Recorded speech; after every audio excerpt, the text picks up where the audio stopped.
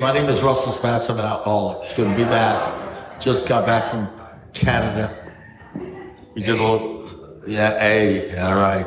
Did a little something up in Montreal, and it was good to see some of those people. I'm at 76 years old. I'm not a really good traveler. I'm really not. I can't imagine. I don't even know how they figured out how to make the seats that small.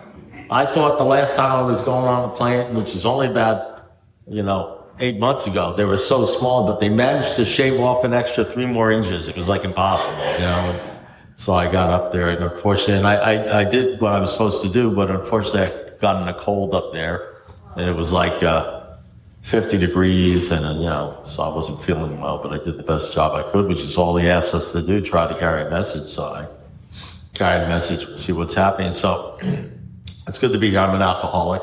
Actually, it was a cocaine anonymous thing, and although I've done cocaine and marijuana, all that other stuff that we do, I'm really an alcoholic. That's my drug of choice. But they're very nice. It's a wonderful organization. They don't care. Cocaine, alcohol, you can talk to them. They want to hear what you have to say. And it's just a wonderful group of people. So, and I have a few friends up there, a few people, and I met Cy, who I don't know how many people know Cy from the Zoom meetings. He's a psychiatrist. He's the only psychiatrist I see. Because I sponsor him. I got to see him. I got to put up with him, And so he met me there. We had a good time. It was nice. So it's I got a story. I got a 2-minute story. This is going to be like on the 6th step, I think. You let me know. So I got a 3-minute story. So I'm driving up. We're driving up here, and I want to thank Raton. He's doing all this thing. He does a lot of stuff. He does the Saturday workshop. You do the Friday thing too, don't you? It's like a 4-hour workshop, 4-hour Friday thing. He does that, and he drove me up here, which is good. My wife doesn't like me driving, for 2 hours and all that sort of stuff. She thinks I'm gonna crash or something, which whatever the heck it is. But in any event, so it makes my wife feel good. So we're driving up. And we're about a couple of miles away from the place, and he says to me, this just happened. He said, I'm getting a new car. I said, you are? He said, yeah, what are you going to get? And he said, I'm going to get something, Corolla, Toyota, something. And so I look around and I said, this is a great car. I love this car. Why would you give up this car? And he looks at me and says, Russell, this is your car.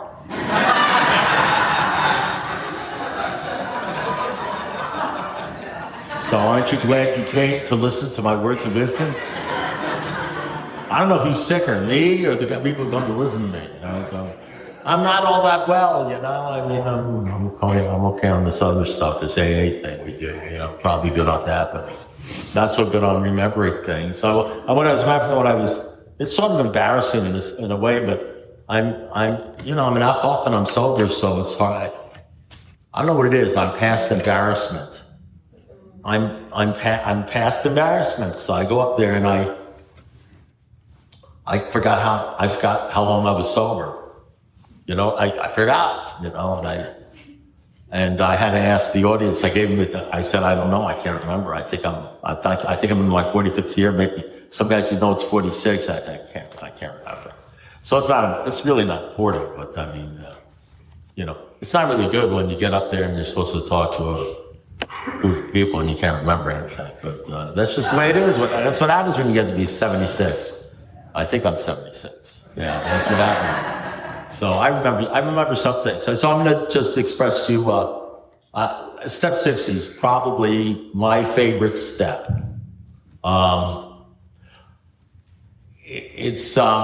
I'll put it this way.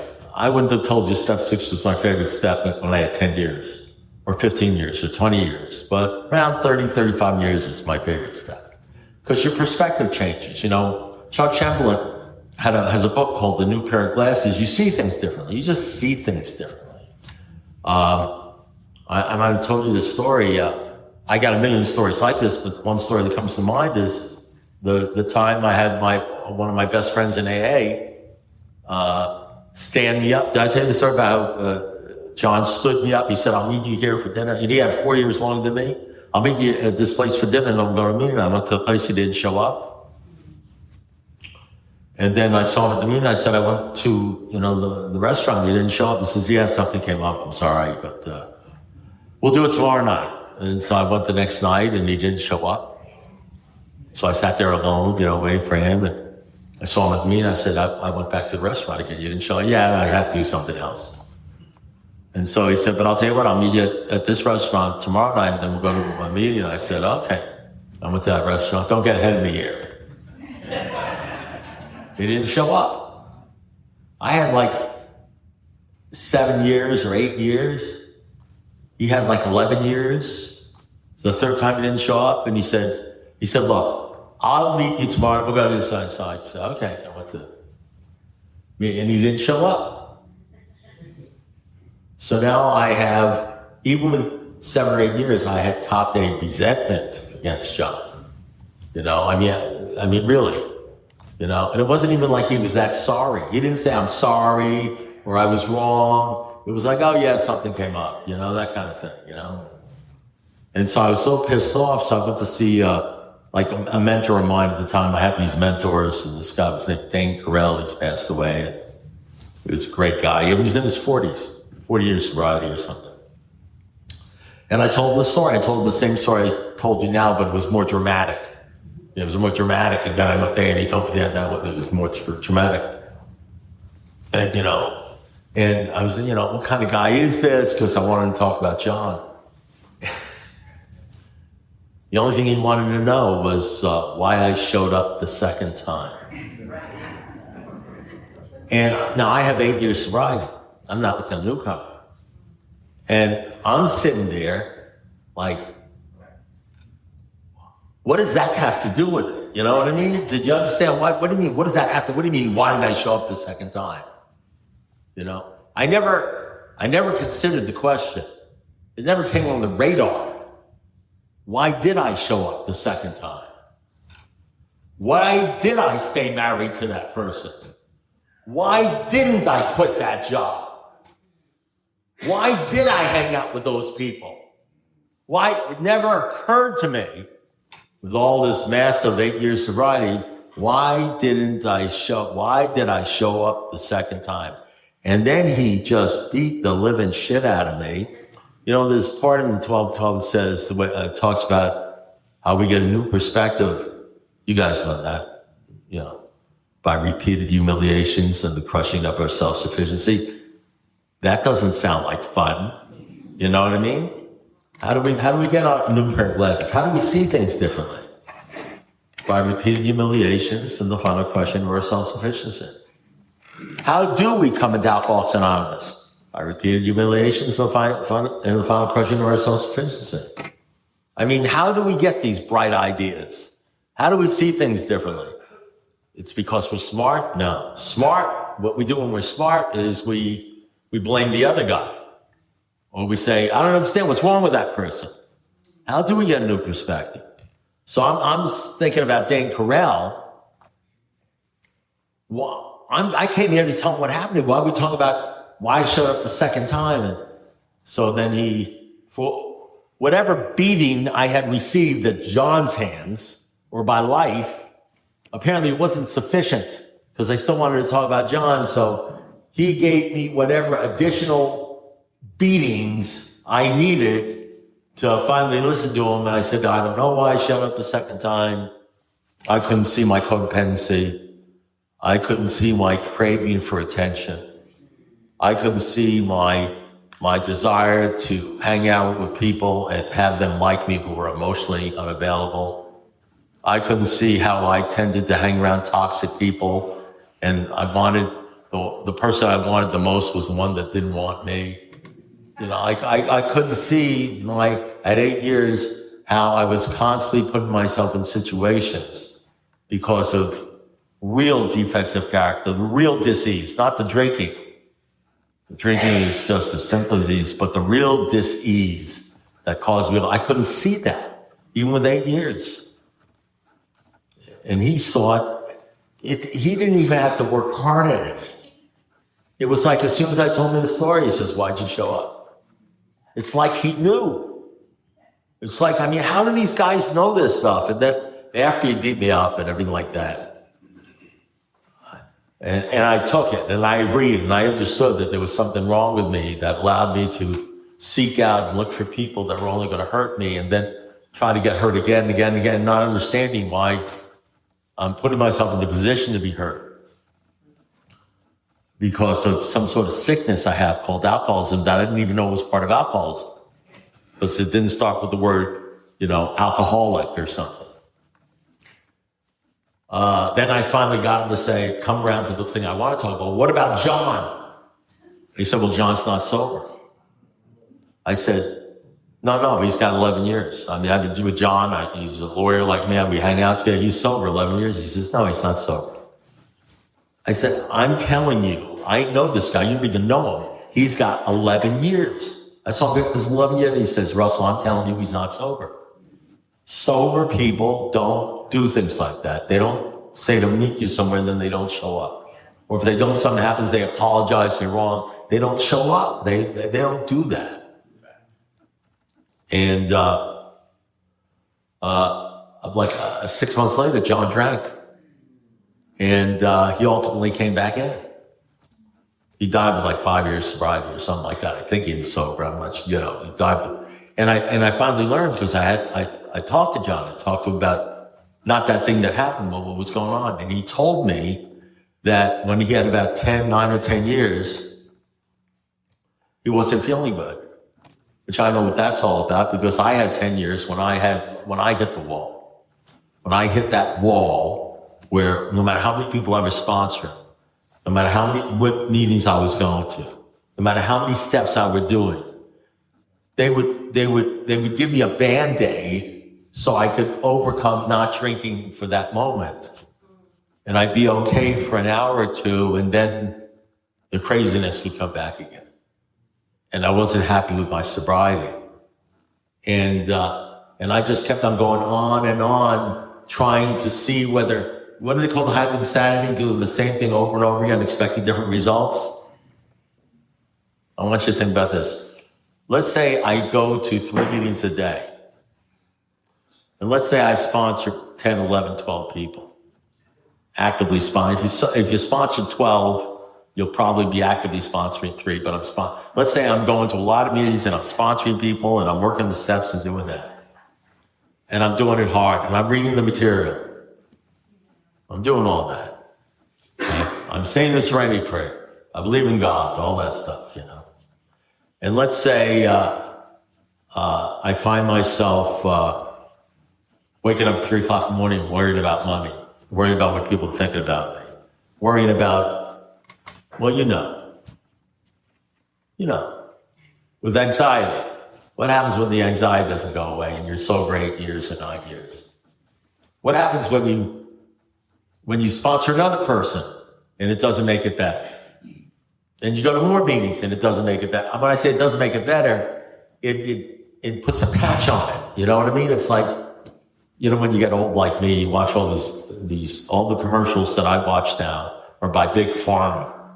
If you got a pain, use this. If you're, just different things you can use to stop the pain. So what happened is I was using AA to stop the pain. Because AA will do that. All the steps and everything will do that. You know what I mean? You ever say to yourself, you ever go to a meeting and say, I needed this meeting? AA will do that. Just like Scotch will do it. Just like Scotch. Just like beer. Just like cocaine. AA will stop the pain. You go to an AA meeting, it'll stop the pain. And then you go home, you put your head on the pillow, and the anxiety comes back, and the pain comes back. And then you go to another. What happens when you do the same thing over and over again, but the results are always the same? In one sense, the results are good. You don't drink, but you never get a life. You never get a pocket in the fourth dimension of existence.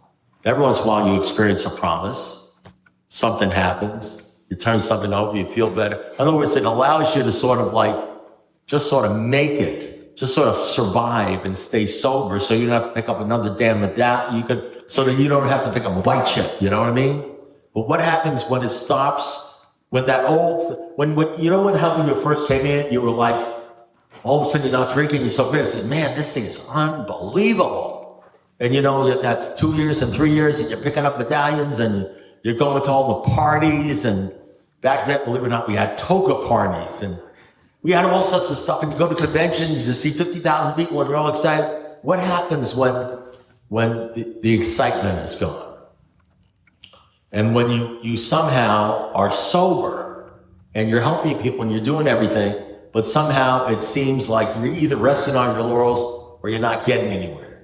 And so you keep on doing the same thing over and over again, expecting some sort of result to happen, and the only result you get is you don't drink that day, which some old-timers will say to you, well, that's it. You should be grateful for that. And you said, well, I guess that's true, because that's what they tell you in AA. Unless you run into one of those crazy guys, like those Al Kennedy guys I talk about, and they'll say, you got a problem. And those are the guys that'll help you solve the problem. See, the other guys with 20 years or something like that say, oh, that's the way it is, don't worry about it, or anything like that. But there are people that are like Dane Carell, and they'll ask you one of those questions. Tell me who God is. The questions you've been avoiding. The questions you don't think about. You think it's another fourth step, don't you? You think it's another fifth step. You think, well, the book says nothing so true as sobriety, not drinking, and intensive work with alcohols. Well, maybe that's true. But what about worrying about what people think about me? What about worrying about money? What about all the other stuff that is taking the spin off your fast and your spiritual fastfall? What about that?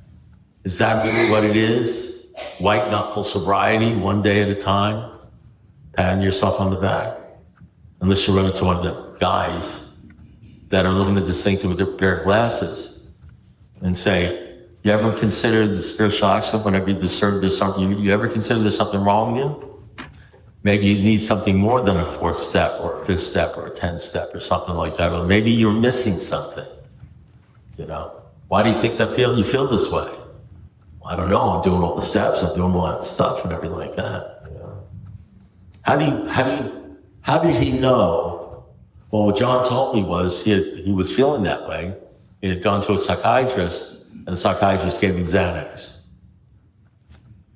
And he had been popping Xanax, which is not unusual in AA. I can't tell you how many people they go through the steps, they get like 8, 9, 10, 11 years, something isn't working, so where do they go? You got to go to somebody who really knows what they're talking about, somebody that is an MD at the end of their name. Because that'll fix you. And guys with an MD at their name, I'm not saying all of them, but most of them, because they don't know about this stuff. You know what they know? Because they talk to Big Pharma, they talk to people, they're not necessarily some people. And what they say is, you say, well, I can't sleep, and I'm worried, and I'm nervous, and they say, well, I got a pill for that. I got a pill. And, so the pill, that when he was going through that was Xanax. When Bill Wilson was going through that, the pill was like, they were experimenting with LSD.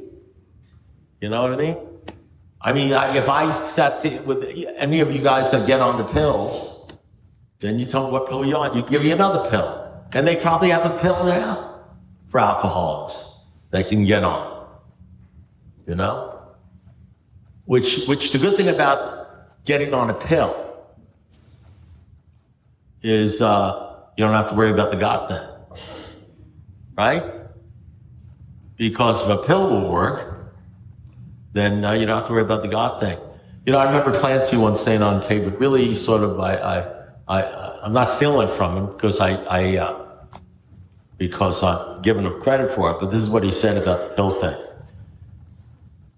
I sort of feel I should say something like, well, some people do need the pills, and I'm sure that's true. If you're really serious, have the real deal going on, and you're psychotic or something like that. But, most of these pills are being given out by GPs, and they don't just give you. And he says, listen, I used to sell these things. He says, let me explain something to you. When you start giving your sobriety over to experts, he says, when you go up to a doctor, and they're going to solve your emotional, spiritual problem with a pill, because some big pharma guy said these pills are great, they're non-narcotic, and everything like that, and they get people that have psychological, and they give you a pill. what the doctor's actually telling you is he's saying this: I have no idea what the frick is wrong with you, but why don't you chew on these things so I can deal with somebody who has a real problem? You know what I mean? They have no idea what's going on in your brain. You go up to somebody like me, and I don't have an MD in back of my name. At this stage of my sobriety, I'm just saying, I want to talk to you about God. And you say, well, I'd rather talk to somebody who's going to give me a pill. This actually has something to do with the sixth step. I'm going to try to tie it into, okay? And why I love the sixth step. They call the sixth step old-timer step. I should say 6 and 7, but we're going to do 7 next week, but it's sixth step. And let me tell you why, so I can make myself clear. Now, understand something. When they wrote the big book, Bill Wilson wrote the big book, he had like 3.5, 4 years. You know, it was published in 1939, he got sober in 35, so 4 years, it was probably, maybe he finished it at 3.5 years. Now, do you remember what you were doing at 3.5 years? Yeah, I know, probably was funny. But anyway, if you remember, so he had 3.5 years. So you can understand why at the end of the big book, it says, we know but a little. And even at the end of the big book, at least they said, because I do believe it's divinely inspired, it says, but we will not know you. You know, how can we do it if we're only reading a book we don't know? He says, well, that's not up to me, that's up to God. God will determine that. He said, and then they say this is the very last page. Your real reliance has to be on him. Now, my wife once said to me, my former wife once said to me, I think I told you this story, but it bears repeating. She said one Friday morning, if you come home drunk one more time, I'm leaving you. And which means her leaving me means I lose my house, I lose my wife, I lose everything that was important to me, or should have been important to me, my son, I lose everything. She said, come home drunk one more time, I'm leaving you. 12 words. And I'm a lawyer. And she told me that when I was sober. I mean, I'd like to say everything I've done that's bad over the years because of alcohol's fault. Most people I heard, I was cold stone sober. I mean, sober, physically sober. I didn't cause anybody pain drunk. I really didn't. I caused people pain sober. You know what I mean? And so after she said that to me, early in the morning, on my way to the office to do complex things and cases, I stop the car and I say, seriously, what the hell do you mean by that? If you come home drunk one more time, I'm leaving you. I didn't realize at the time, I think, that what she really meant is I'm kicking you out of the house, but I'm not sure what made a difference. I stopped the car and said, seriously, I didn't understand what she meant by that. It's like too many syllables in the word or something, in the sentence or something like that, you know? So it was like when I approached Dane Carell and said, the guy left me and everything like that, and he says, why'd you laugh? I could not see what that sentence meant. I didn't understand the sentence. You know, well, now if you don't understand sentences like that, you're in for a rough ride in life. You understand what I'm saying? Now I understand what that means now. It means that, you know, if I don't stop drinking, she's gonna leave me. That's what it means. But there's actually nothing hidden there. There's no mystery there. Okay?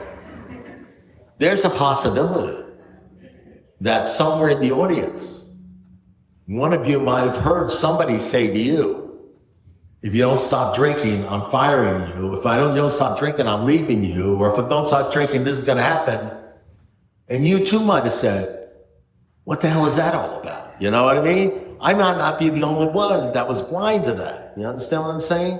So it's a matter of spiritual blindness or mental blindness, no matter how bright you think you are. So here I am, and so at 3.5 years, Bill Wilson says, what? Well, he says things like this. He says, your real reliance has to beyond God. And I read that, but in my mind, you know what I'm saying? What the hell does he mean by that? You know? He will show you how to create the fellowship you crave. What the hell does he mean by that? What's the fellowship? You know? See that your relationship with him is right. And great events will happen. What does he mean by that? And what with him, with who, with what? You know what I mean? You'll meet some of us as you join the fellowship of the Spirit. What does that mean? So we're reading the words, but we don't, there's like no connection with anything in my brain. You understand? There's no connection with anything in my brain. What does that mean? You know, see that your relationship with him is right. Nobody, no. 90% of people today has no idea what that, hey, how about this one? There is one that has all power, that one is God. May you find him now. What the hell does he mean by that? 9% of people today doesn't know what that means. They don't really know what it means. They don't think about it. They just read it. They know it and say, I believe in God. God is everything or he's nothing. What does that mean? There is no middle of the road solution. Half measures avail us nothing. What does that mean? As a matter of fact, most of the stuff in the Big Book that talks about God, most people don't even know what it means. I didn't know what it meant. Well, you know what I did? I did what all A's do. I held hands and I said, Kumbaya. I held hands, I said the Lord's Prayer. I just did what I was told to do. And maybe somewhere along that line I had some sort of idea of what that meant, but I really didn't know what it meant, because how can you know what it means when you don't know what God is? So they say, well, use the God of your imagination. Well, I have a very interesting imagination, you know? Remember, I told that story about me and my ex-wife, why I got drunk, that, you know, my wife said, you come drunk one time, I'm leaving you. I went to the bar. I was sober when I hit the bar. I sat in a barroom chair. One of my best drinking buddies, Doug, came up to see me. He said, Russ, it's good to see you. Sober, I say to what was his name? Doug. It's like a crush. You know what I mean? I say to Doug, Doug, sober. It's not like I forgot. I gotta leave. I can't stay. Because Ronnie, my first wife, says if I come home drunk, she's leaving me. So it's not, I can't say, well, I forgot. Sober, I remember that. Doug put his arm around me. He says, Russell, we love you. Everybody loves you. You are the greatest guy in the world. Your wife loves you. She adores you. Your wife will never leave you. In my mind, I say, that's exactly what I was thinking. You know what? You know who Doug is? He's the God of my understanding. That's the God of my understanding. No matter how much I screw up, no matter what I can do anything. He puts his arm around me and he says, everybody loves you, Russell. You're right. There's a reason why you did that. You had your reasons. I love you. That's the God. You ask me what's the God of my understanding? He'll never hurt me. I do know one thing God wants. He doesn't want me to drink. I don't know if anybody comes and says, well, how do you know that? Maybe he does want you to drink. Maybe he doesn't want you to drink, but maybe he'll let you drink. Well, he doesn't want me to go broke. How do you know that? Maybe he needs you to go broke. You know, he doesn't want me to go through pain and suffering. How do you know that? Maybe he wants you to suffer a lot. You know, are you really worshiping God? Or are you worshiping you? Doesn't it say we've got to stop playing God? Maybe you're playing God. You want the God, that's the God you want. You don't want to be spanked. You don't want to be hurt. You don't want to experience, repeated humiliations in the final crushing of your self-sufficiency. What if the God of your understanding is not even close to the real God at all? What if you're following the wrong God? Maybe you're getting mixed signals. You ever think about that? What about that stuff in the book where it talks about we learn the value of suffering? That's in the sixth step. Sixth step. We learn the value of what's that shit all about? I want to hear about. Hey, let's have a meeting. What do you want to meet? Can we have a meeting on the promises? We're gonna be rocketed. We're gonna lose fear of people. Can we have a meeting on the promises? Let's have a meeting on good stuff. That God's gonna give us. No, let's have a meeting on repeated humiliation. No, let's have a meeting on that stuff. Let's have a meeting on learning the value of suffering. How about that? No. We don't want to get that stuff. Don't talk about the God, Maybe how did this guy have the insight to say to me, why did you go back the second time? Which was the problem, which cleared a lot of things up that I had to look at. How come I didn't see that? How come I didn't see what was going with the first wife and Doug and everything? How come I was so blind to that? And I was sober during most of that time, doing bad breaks and making stupid decisions. My best thing got me in here. You know how long that can persist? That sort of blind thinking, not seeing things. So we see through a glass darkly. That's from 1 Corinthians 13, which is a book that the founders found absolutely essential. When I was a child, I spoke like a child. When I became a man, I put childish things away. That's in 1 Corinthians 13. Dr. Bob said that's the book we found absolutely essential. When I became a man, I still put away childish things. I started things, the real realities. You start seeing the reality. There's a lot of good stuff in the Bible, like the book of Job. His wife says, he loses everything. And his wife says, you ought to curse God and die. Job says, even if God kills me, I'm going to praise him. And still, who could be like Job? I don't want to blame somebody. I want to kill somebody. I want to feel sorry for myself. Who could be like Job? What is that Job thing all about? That Job thing is all about 45 years, 50 years sobriety. That's what that Job thing is about. That Job is about emotional sobriety.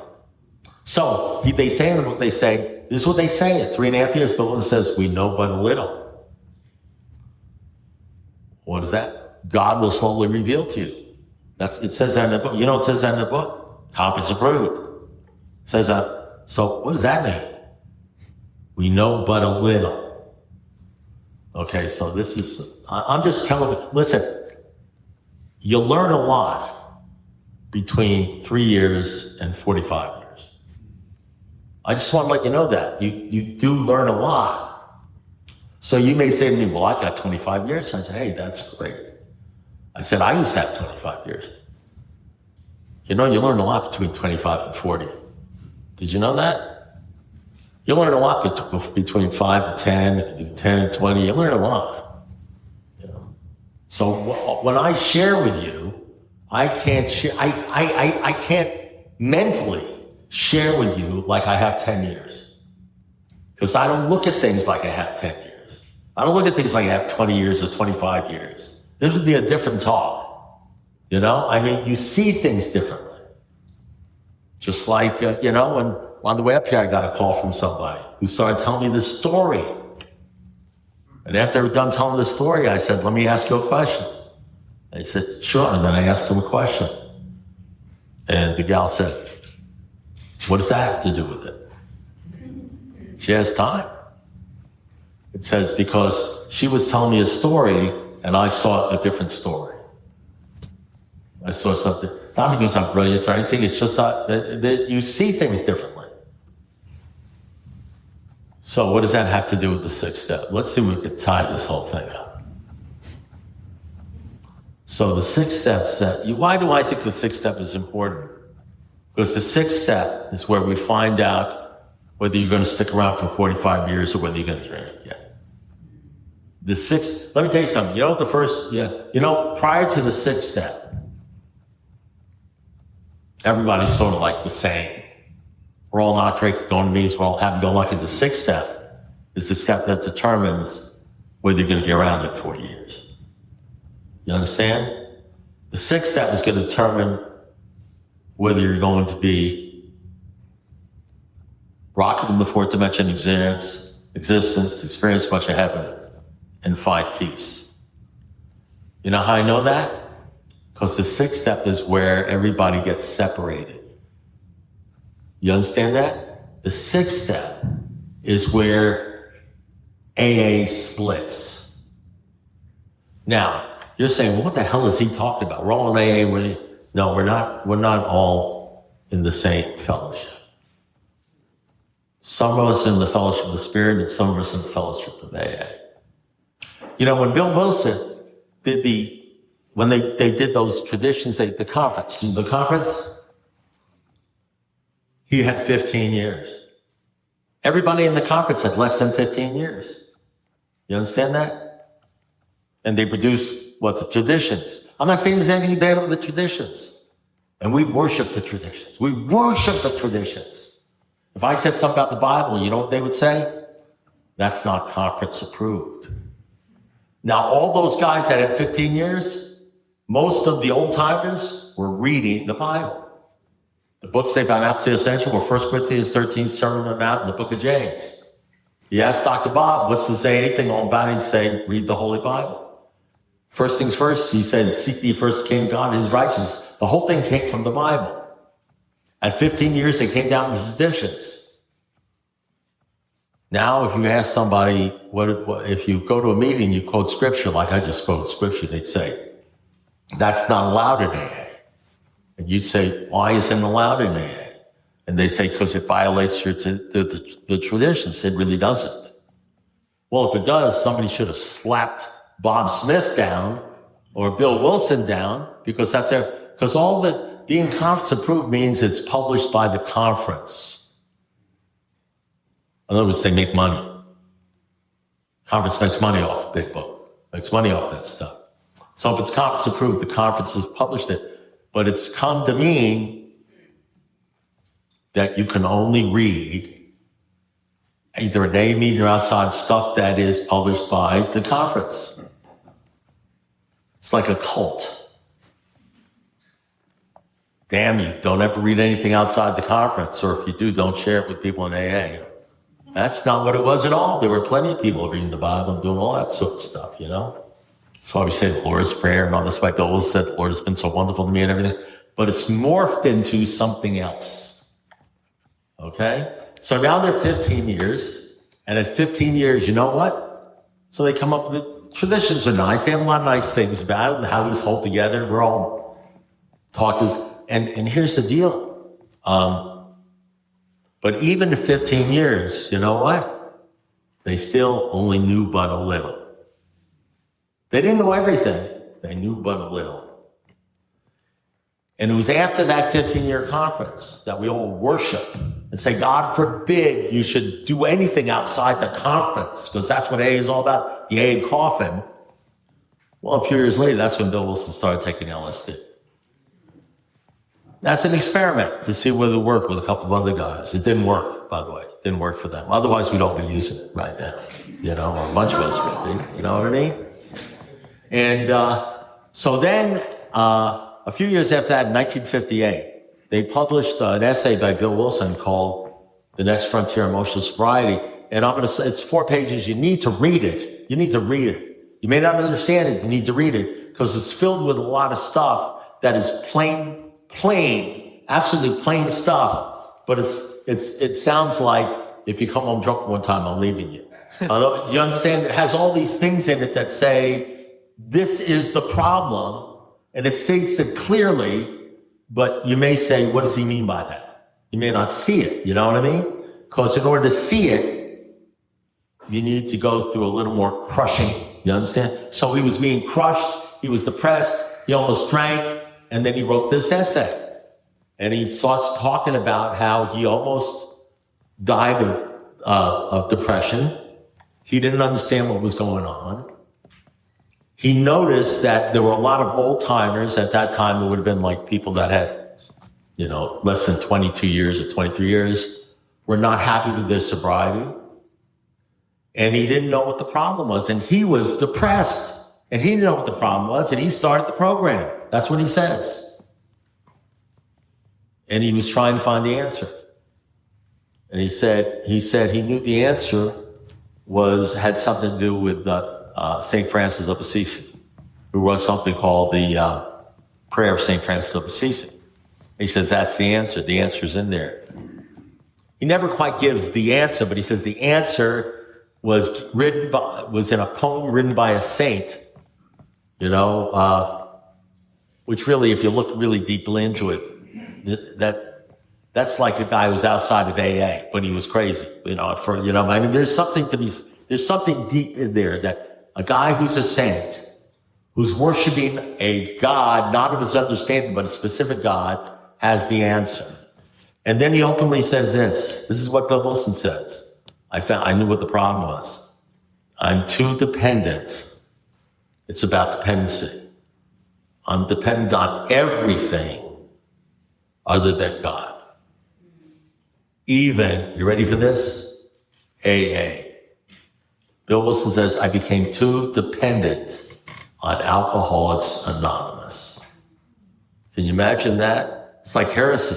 What, are you trying to get people drunk?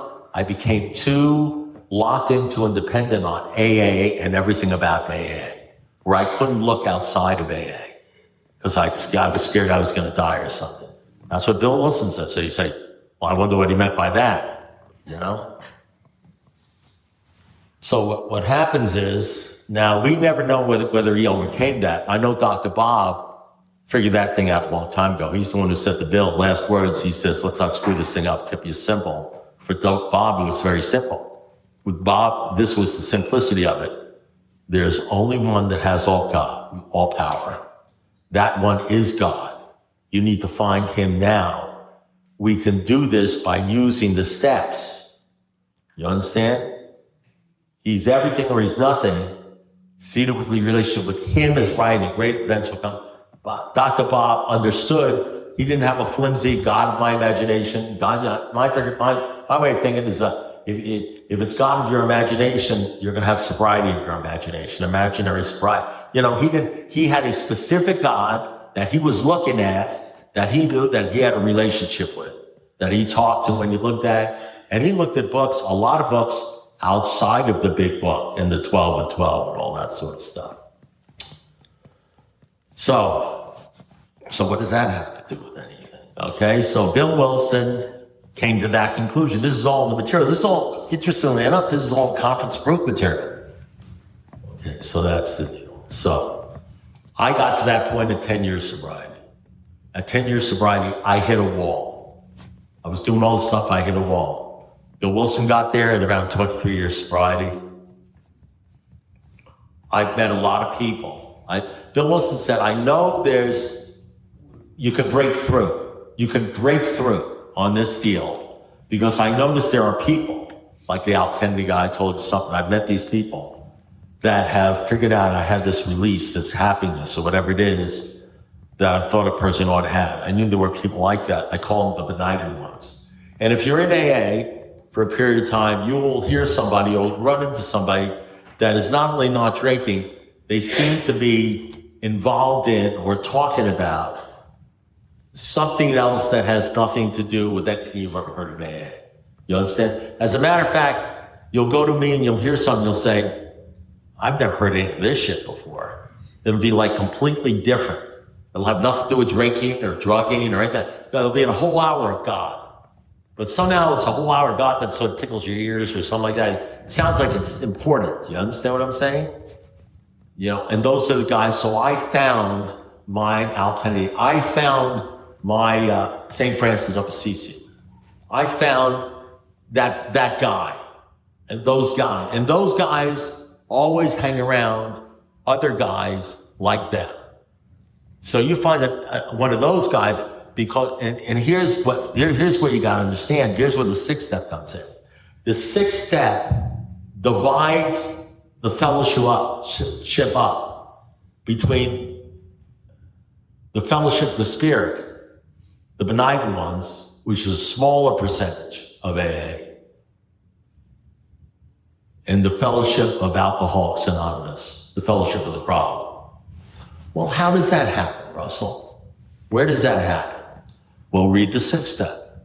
It says, this is the step that separates out the men from the boys. So now you say to me this, well, what does that mean? And I say, well, the reason you say, what does that mean, is because you're stupid. I'm stupid. Nothing wrong with being stupid. Or you're crazy. Or you don't have the sight. Because he's trying to tell you in like 12 words or less what the sixth step does. It separates out the NFL from the guys that play, tag football. You know what I mean? It separates out the Olympians, from the wannabes. It separates out, the serious people who are going to stay sober and get this thing, you know what I mean? And the ones that are not following other people and showing up for the second and third time, it separates out the ones who are going to be around here and are going to find the real deal from the ones that aren't. And like my sponsor said, many are called, but few are chosen. And there's not a whole lot of those people. Most of the people in AA are going to tell you, don't talk about the God thing, or we don't want to hear about the God thing, or it makes them uncomfortable, anything like that. Very, very few people are going to talk about the God thing. Not the way I talk about it, or the way Dr. Bob was talking about it, anything like that, without shame. And those people are not going to talk to you about drinking. They're going to talk to you about we never apologize for God. Well, what does that mean? We're not ashamed of it. All men of faith have courage. Well, what does that mean? You know what it means? It means men who have faith have courage. They don't worry about what you think about it. And then it says, we never apologize. We're never ashamed of God. Instead, we let him demonstrate through our testimony, through how we tell other people. We let him demonstrate what he has done for us. And then it says, and once, for those people, we begin to outgrow fear. Well, what does that mean? It means you begin to outgrow fear. That's what it means. And then AA says this. It says something like this in chapter Agnostics. Well, of course, we have to talk about God. Here's where agnostics have a problem. You can always find, I don't care what a person tells you, you can always find a spiritual agnostic because they feel uncomfortable when you talk about God. Somebody tells you don't talk about God, your hernia comes, everything, you're dealing with an agnostic. You're not dealing with a believer. You're dealing with, because you know what kills people? That they don't. So how does that work? Because here's how it works. Let's say you get to the point like I got to for 10 years, Bill Wilson got to for 10 years, and you don't drink for 10 years. And you don't drink for 10 years, you know what you're doing? Now here, look at it this way. It says, there is one who has all power, that one is God, may you find him now. Right? You know about that one. That's the first thing they say. How are we going to do this? There is one who has all power, that one is God. Does it say there is one that has all power? That one is the third step. That one is the second step. That one is the fourth step. That one is the eighth. Doesn't say there is one who has all power. That one is God. May you find him now. So how do we find them? Here's the how and why of it. We stop playing God. Here's the suggested steps you do in order to what? Find God. They're like tools to use to find God. That's the whole point, to find God. God will change you. So here's the problem. You do all the steps and you stop drinking. Right? You stop drinking. You go to meetings, they talk about the steps. Response, say, do the steps. At the same time, they're saying, do the steps, don't talk about the God thing. You get the real feeling in Alcoholics Anonymous, you can talk about anything except God. You can talk about them in a corner somewhere by yourself and anything, but you can talk about the fourth step till the cows come home. You can talk about your problems. You can talk about, denial. You can talk about many subjects you can bring in, but don't talk about the God thing. But all the steps are designed so that you have a relationship with God.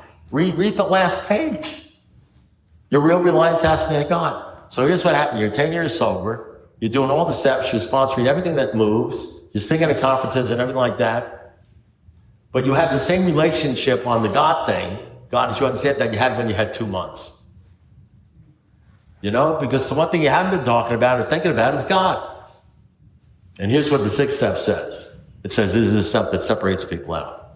This step we start separating people. And this is what we define people who do the sixth step. This is the definition of the sixth step. It says, a well-learned clergyman, how about that? St. Francis, a well-loved clergyman, one of the best friends of AA, Father Ed Dowling, says this: the man and women who is doing the sixth step are trying repeatedly and sincerely how to get rid of all defects of character so they grow in the image and likeness of God. That's the definition of the person who's doing the sixth step. Your entire life changes to somebody. It's not about staying sober. It's trying to grow in the image and likeness of God. So tell me how you grow in the image and likeness of God when you have no idea who God is. Well, he's out there somewhere. How do you know where you have no idea? Well, why would you have any idea? You're not interested in reading any books that talk about God. You're not interested in reading the Bible. You're not interested in doing any of that stuff. You're not interested in reading the books that the founders were reading. You're not interested in finding out who he is. He's just like God. Somebody tries to say, "What you have your God, I have my God." There's many different gods and everything. But the truth is, you are now in the group of Alcoholics Anonymous that worship the steps. You worship the steps. You worship the fellowship. You worship the meetings. You're doing what Bill Wilson said. You have too much dependence on AA.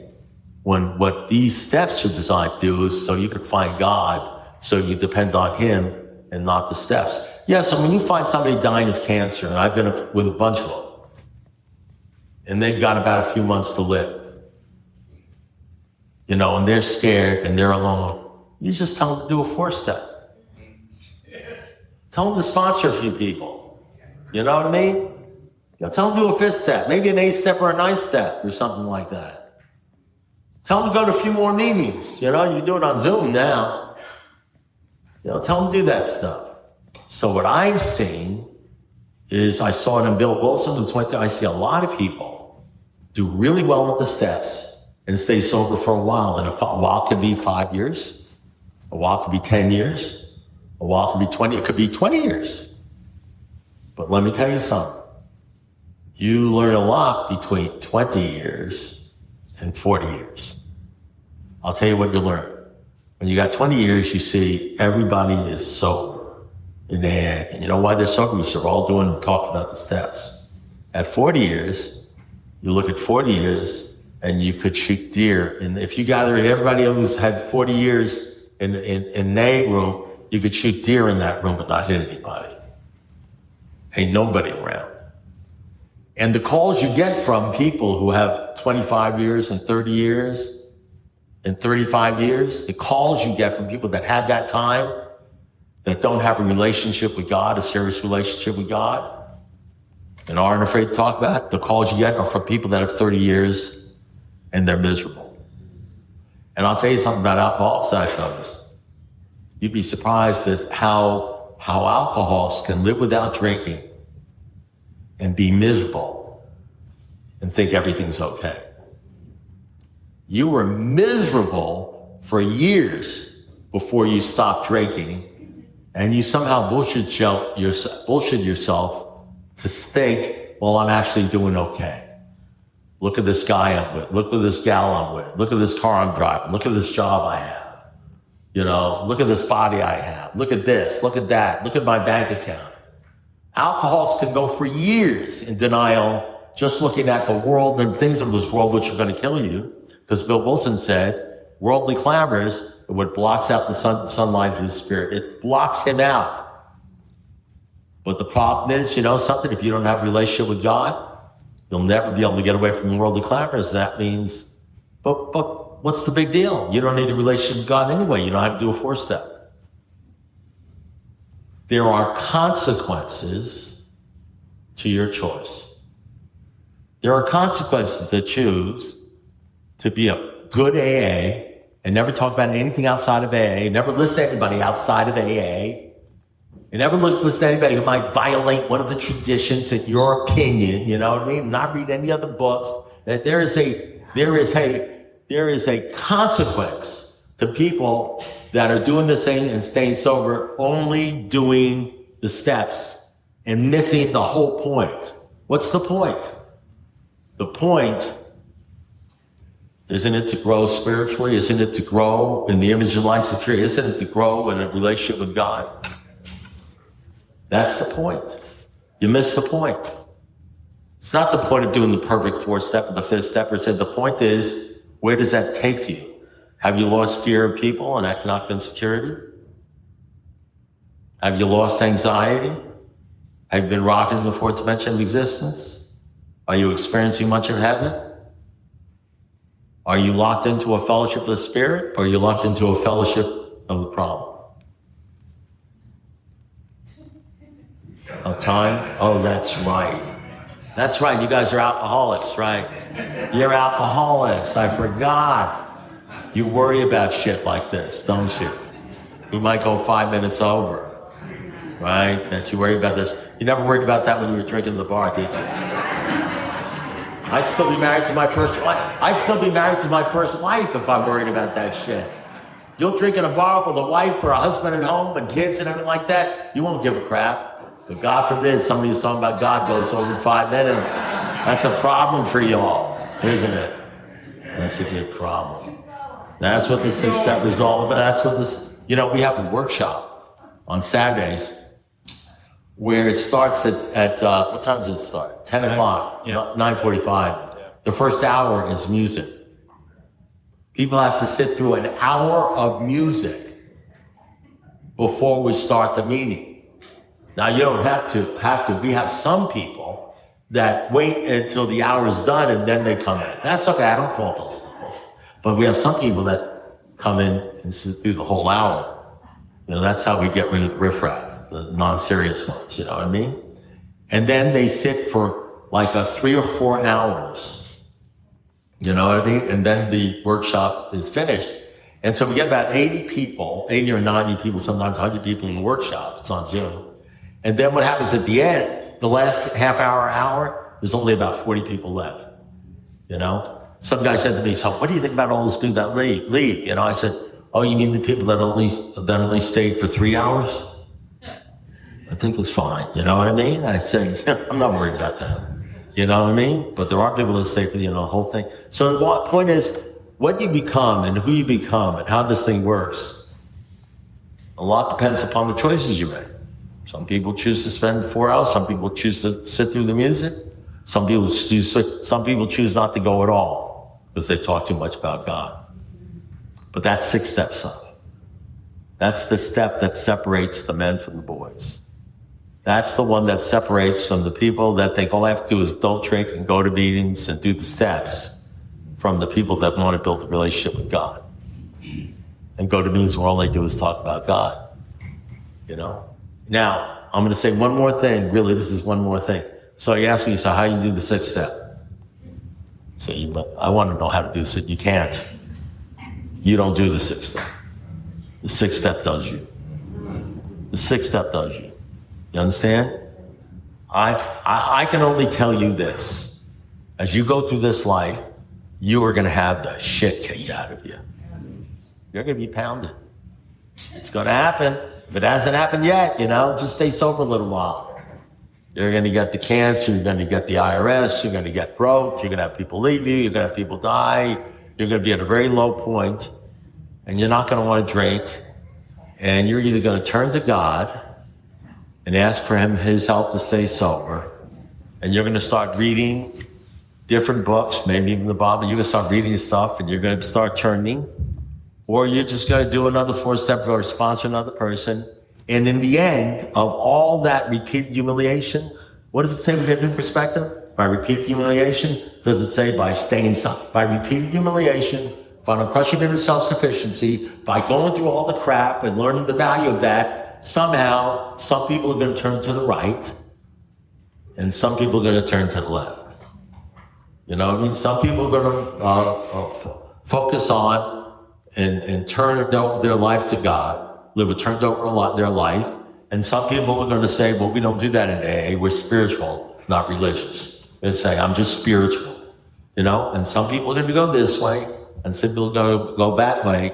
And the funny thing is, and this is what I've seen. You say, I see a lot of things. What you see is that AA is good for the first 20 years, or the first 15 years, but there reaches a point in time where you start seeing the toll is being taken between the ones that go to the right and the left. It may not happen in the first 5 years or 10 years.